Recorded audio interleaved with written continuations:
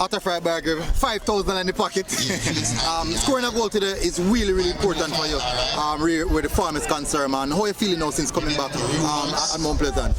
Well, coming back to Mount Pleasant is like a family, and they welcome me as a teammate and a brothers. So yeah, I feel happy there. How is it now regards to your farm? What do you think you're catching on the farm, on the goal scoring farm, right? Well, I have a lot of catching up to do, but you know, working hard in training each day in day out. So I have a lot of work to do. What does the confidence wise? What does this goal today do for you? Well, it's my second goal in this Links Cup, so I just keep focusing for the score some more goal.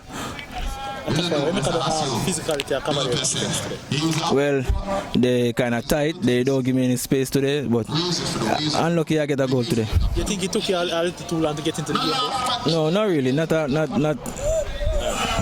Thank you.